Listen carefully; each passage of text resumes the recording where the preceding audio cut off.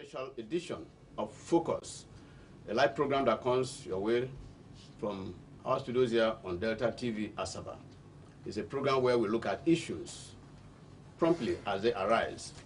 Today is a special day, you agree with me, and we have a special edition of the program. And also we have special people here who are going to look at the issue we have for discourse. And that is the issue of Nigeria at 53. You all know that 1960, October 1, Nigeria gained independence from the British.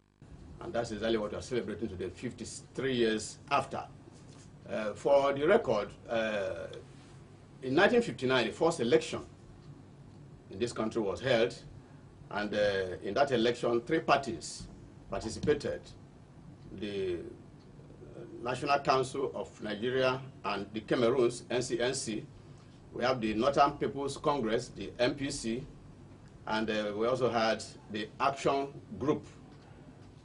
Dr. Nnamdi Azikiwe led the NCNC, Ahmadu Bello led the MPC, and Chief Obafemi Awolowo led the Action Group. In that election, there was no clear winner, and so MPC and NCNC merged to form a government. And that was in 1960, where we had Dr. Nnamdi Azikiwe as the Governor General, and Alhaji Abubakar Tafawa Balewa as the Prime Minister. 53 years after, we've had some other leaders in the country. We had in 1960-63, we had Abubakar Tafawa Balewa as Prime Minister and Dr. Nnamdi Azikiwe as Governor General. 1963 to 1966, Dr. Nnamdi Azikiwe as President, Abubakar Tafawa Balewa as also Prime Minister. January 16, 1966 to July 29, 1966, it was Johnson Agui Ironsi at the helm of affairs. And July 29, 1966 to July 25, 1975, General Yakubu Gowon.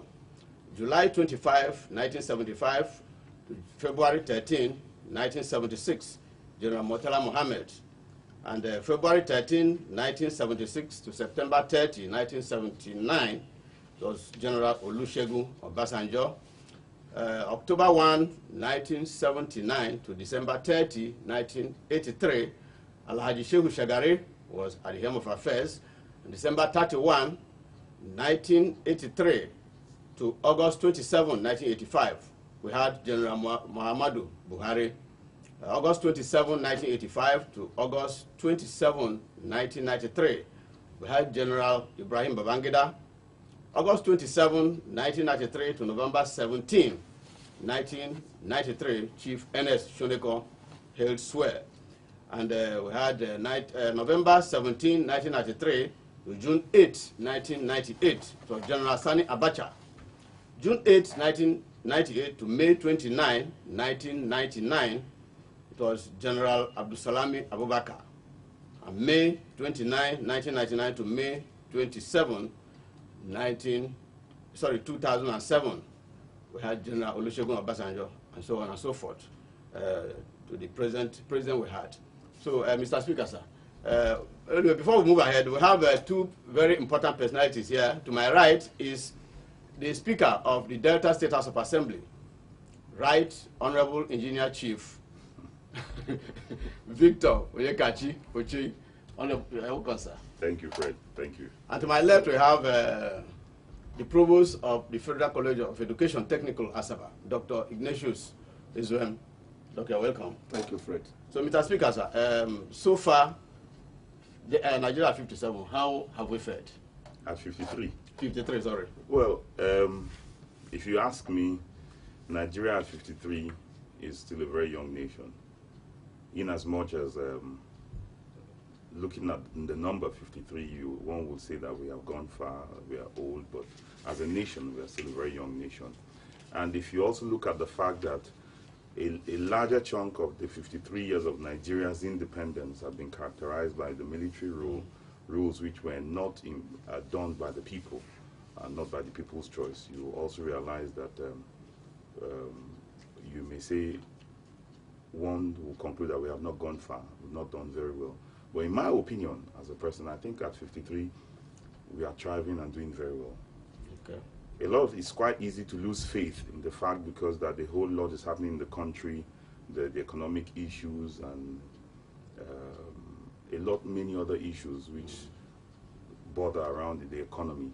But suffice it to say that if you go between 1960 and today, we have grown from a protectorate of the North and the South to a 36 states and 1 federal capital. You cannot but admit that that is some substantial growth for a nation state. And for us, I also believe that Nigeria can do better. I'm sure in the course of the program we're going to talk a lot more about that. But I believe that at 53, we are doing good. We're a young nation, and I know we'll yet do better. Okay. Now, Doc, we had more of the military, just like the speaker said, than the civilian leadership. What influence do you think this had, on the country?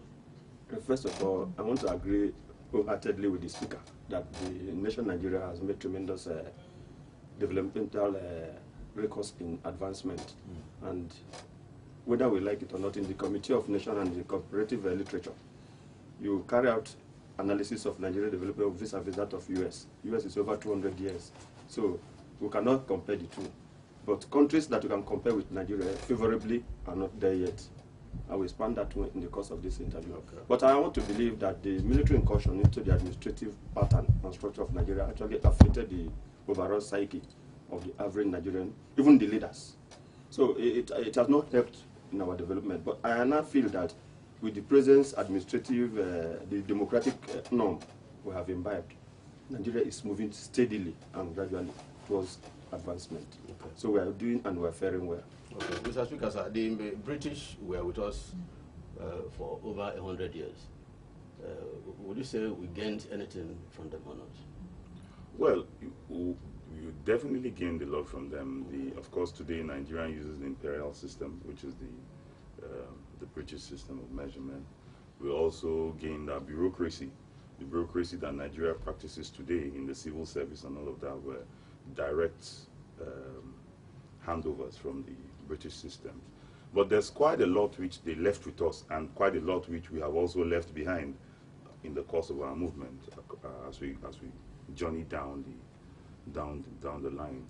But I must say that the bureaucracy they left with us has helped this nation a great deal. And the only difference I see is that we are yet to modify the bureaucracy to suit our very peculiar nature. Because the British are one people with very little or no culture and tradition guarding their operations. But Nigeria, they handed to us bureaucracy in a nation that has multi-ethnic diversities. And they did not put all of this into consideration, knowing fully well that while they were there, they had a system of governance where everybody was loyal to them because they were our colonial masters. Now, when it was time for us to go back to rule ourselves, to self-rule, which is actually our quest for independence, to be free from their hold, they actually granted it.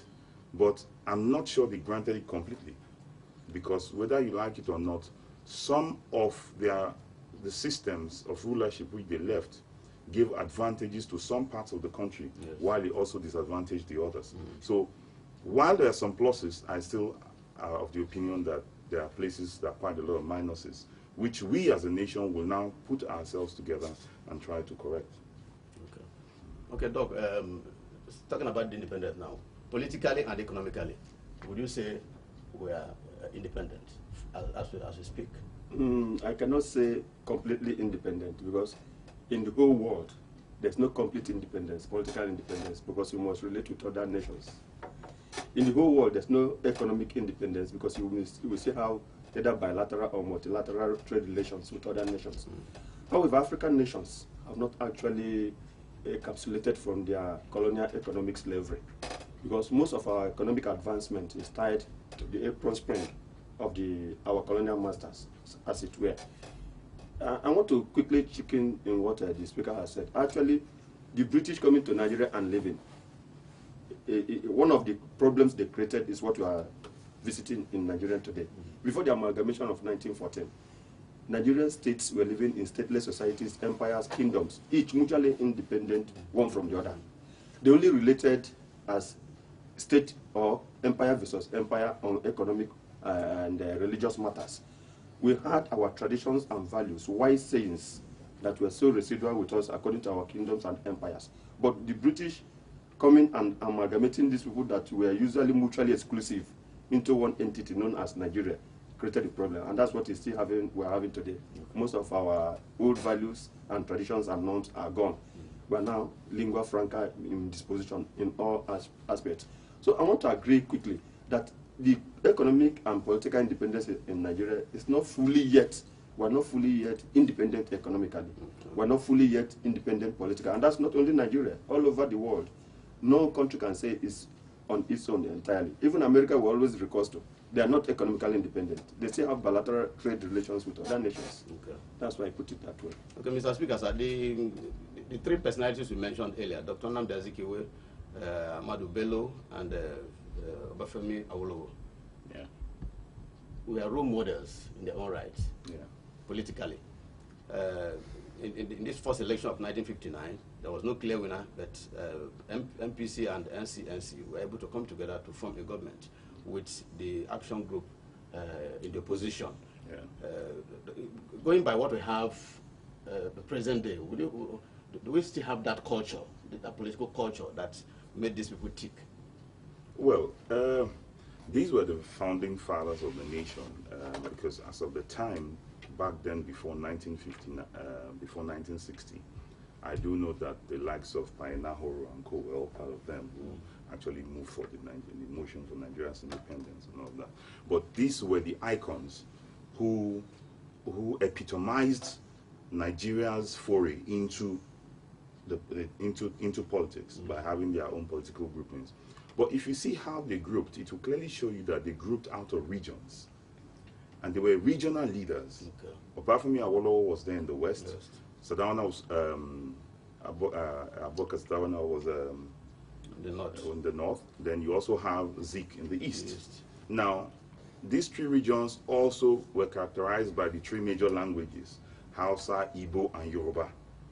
At the end of the day, I would not know why they have all formed different schools of thought, political schools of thought. You have the Awoyi school of thought, you have the Zikism, who's much more nationalist in appearance, and of course you have the Sardauna school of thought, which is the northern oligarchy. By the time after that elections, today, I believe the most, one of the schools of thought that has stayed the longest and still existing is that of the Awois. Yes. Because their legacies and their policies are still parts of the things which the West is still trying to work with today. And if you look at the policies of the Awois, the Awois theory, it helped in a great way to further the interest of the West. Academically, economically, it made them much more viable than the other regions. Well, the others tried to be nationalist in appearance, but basically, what were they fighting for? The regions. And whether you like it or not today, their entrance into Nigerian politics has also characterized or given teeth to Nigerian politics as it is today. That everything you talk about goes back to ethnic sentiments. Okay. And we have more, the regions are no longer there today, we have states, but in each state you will still see ties to ethnic sentiments, much more than, in quote, a statewide or a national sentiment. So these are the things, they are the founding fathers or the icons of the Nigerian state gave rise more to ethnicity, much more than it gave to nation building. Okay. That's my opinion. But is this responsible for what we want to call political rascalism that we have these days? I wouldn't know what you call political rascalism. Well, I wouldn't say there's rascalism. It depends. You see, politics is dynamic. It evolves by the day, and you cannot, there's no hard and fast rule about how it should be played. But you see, the dictates, the exigencies of the day dictates how and what really happens, both in the political parties and in the political circle itself. Of course, when you talk about political rascalism, like you described, there's politics played as in playing politics. There's politics of election. There's politics of appointment. There's politics of the administration itself. And even there's also bureaucratic politics, even played even in the bureaucracy. So there's politics at all levels. So I wouldn't know the rascality you're trying to describe, but I do know that the icons gave rise to the kind of politics that we still have today. Their very actions at the beginning is still distilling down to the very last ethnic-based politics today. Okay, the program is focused on reaching you live from our studios here, Delta TV, Asaba. Unfortunately, we cannot take calls today due to circumstances beyond our control. But I'm sure if you sit by your TV, you have a lot to gain from this program. We still have the Right Honorable Speaker here with us and the Provost of the Federal College of Education Technical, Asaba, also here with us. Now let's talk about the quality of leadership that we have 53 years after. What can you say about that?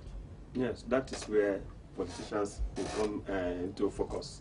I was listening to my brother speaker, and I quite understood what you meant by political rascalism. I want to say it was not a childbirth of our ancestral heritage, meaning that it was not Awo, Zik, and Sadwana that brought that. What we're having today is a great deviation from what they stood for. Awolowo was very strong in the West. He was responsible for Egbe and Moduduwa. And he is from Ikene, you must know that. But when he struggled for the founding of the University of Ife, he didn't want it located in Ife. But politicians of today will want such institution located in their own village. You understand me? And they were not politicians that were greedy. Unlike what we have today, they were not greedy. They were selfless in their disposition.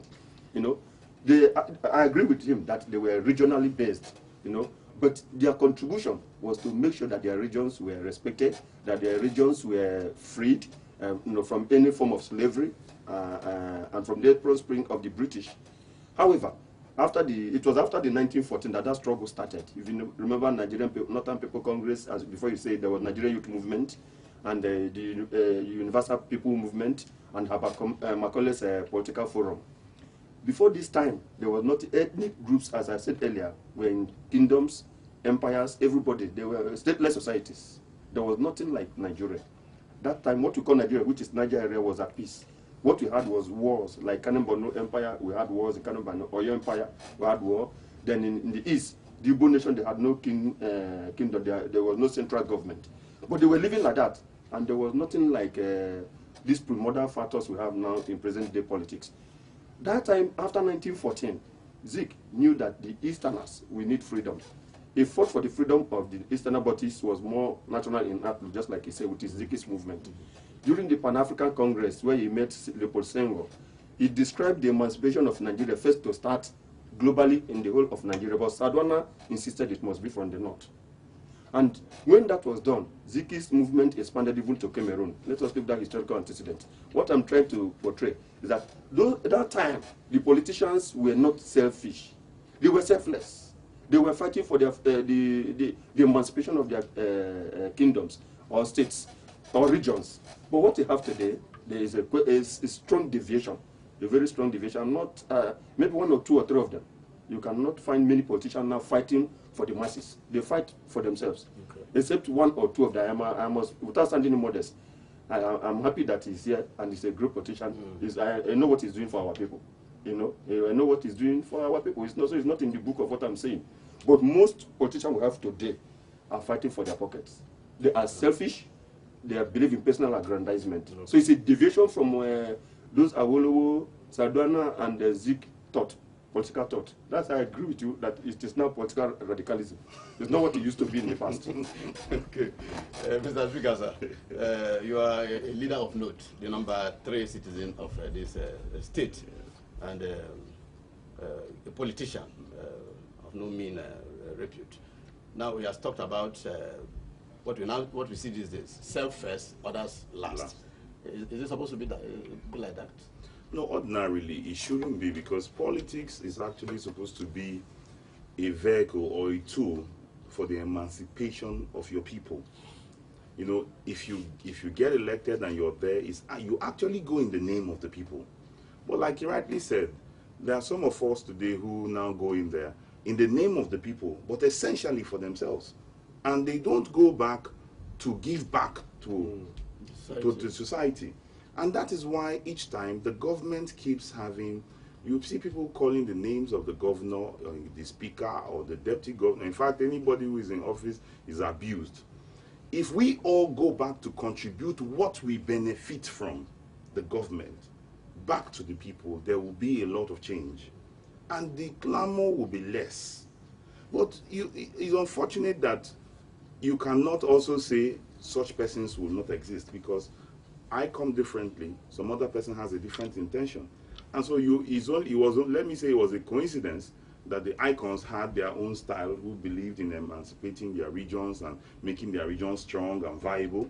But these days, I do not know, because maybe we do not have regions to fight for anymore, or maybe the constituencies are smaller. We decide to, well, be a king over the constituency and then take it all for ourselves and decide for others what becomes of it. That's what I don't know, but I still believe that it still behoves on the people. I have always reiterated, and I continue to say that for every leadership to exist, there must be followership. Yes.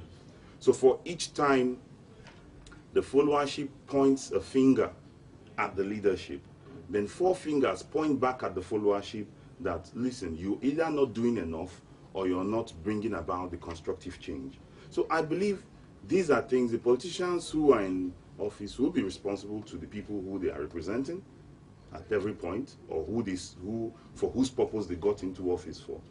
But it also behoves on the followers to point it out to them that, well, we are glad you're there, we put you